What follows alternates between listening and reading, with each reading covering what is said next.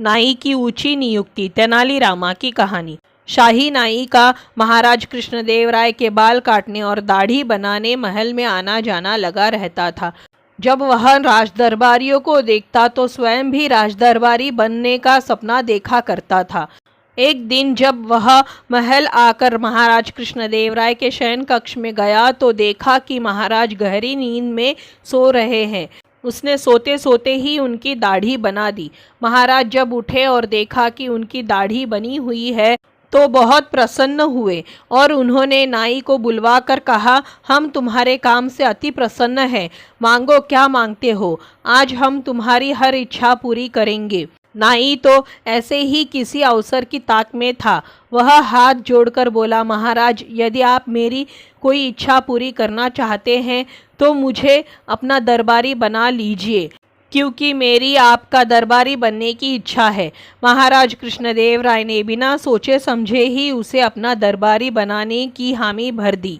नाई बहुत खुश हुआ और सभी जगह यह बात बताने लगा। जब दरबारियों को ये बात पता चली तो वे चिंतित हो गए।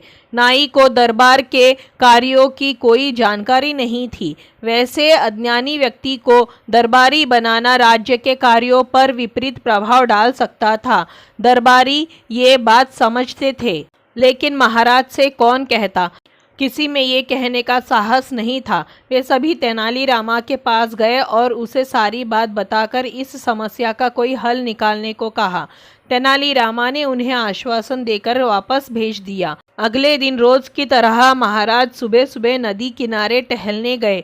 वहां उन्होंने देखा कि तेनालीरामा एक काले कुत्ते को रगड़ रगड़ कर नहला रहा है। ये देख उन्हें बड़ा आश्चर्य हुआ। वे तेनालीरामा से बोले, सुबह सुबह ये क्या कर रहे हो तेनाली? तेनालीरामा बोला, महाराज मैं इस कुत्ते को रगड़ रगड़ कर नहला रहा हूँ ताकि ये सफ़ेद हो जाए। अरे काला कुत्ता सफ़ेद कैसे होगा तेनाली?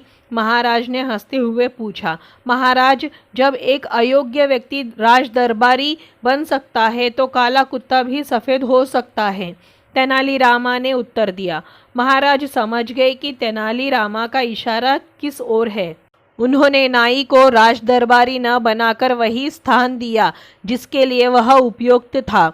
तो दोस्तों ये थी तेनालीरामा की कहानी, नाई की उच्च नियुक्ति। आपको कैसी लगी? अगर अच्छी लगी हो तो इसी तरह की कहानियों के लिए चैनल को सब्सक्राइब करें, वीडियो को लाइक करें, शेयर करें।